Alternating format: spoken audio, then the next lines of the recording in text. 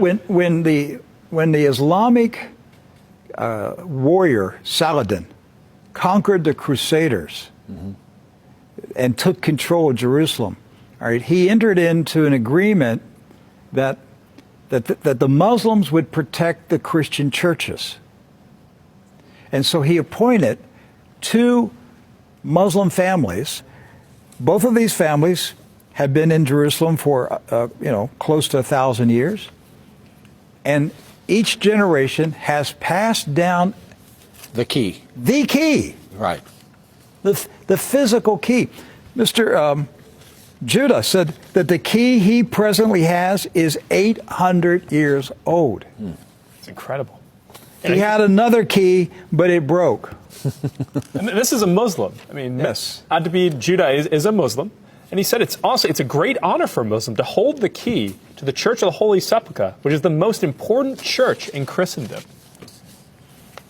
That's not disrespect. That's, we don't hear this in America. We don't hear, because what we have been told is Christian Americans, you should hate Muslims, you should kill Muslims. Because they're going to tear down all the churches and basically just ransack them and everything else. But here we have 2 families that for nearly 1,000 years have actually been watching over Christian churches. That's right. So who planted into our minds here in America that we should hate and kill Muslims?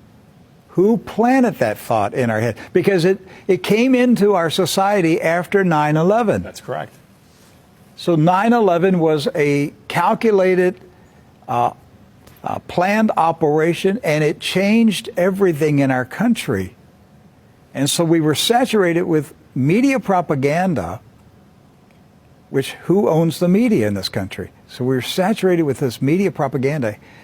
You Americans, you need to hate Muslims. You need to go to war. You need to send your sons to go kill Muslims. All right? And yet, when you go to the Middle East, you find out that the Muslims, like Christians, are taking care of Christian churches. Yes. Do not hold animosity against Christians or Americans, except in the case where Americans are pushing for war in their countries or trying to take their land. So they've lived together. They've lived together for centuries and centuries.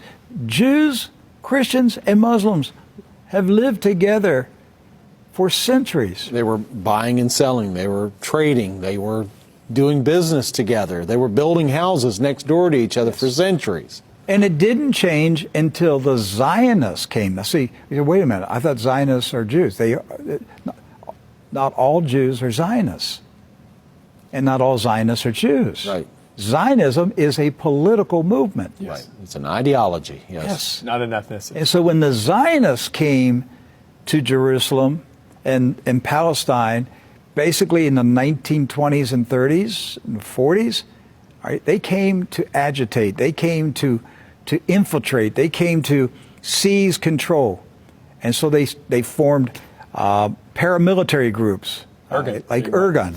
And that's where Ariel Sharon and Menachem Begin, these guys were young terrorists. And so there's where the hatred started to come in. The fighting, the animosity, the bitterness. But it didn't start until the Zionists appeared. Jews, Muslims, and Christians were coexisting. Yes. That's right.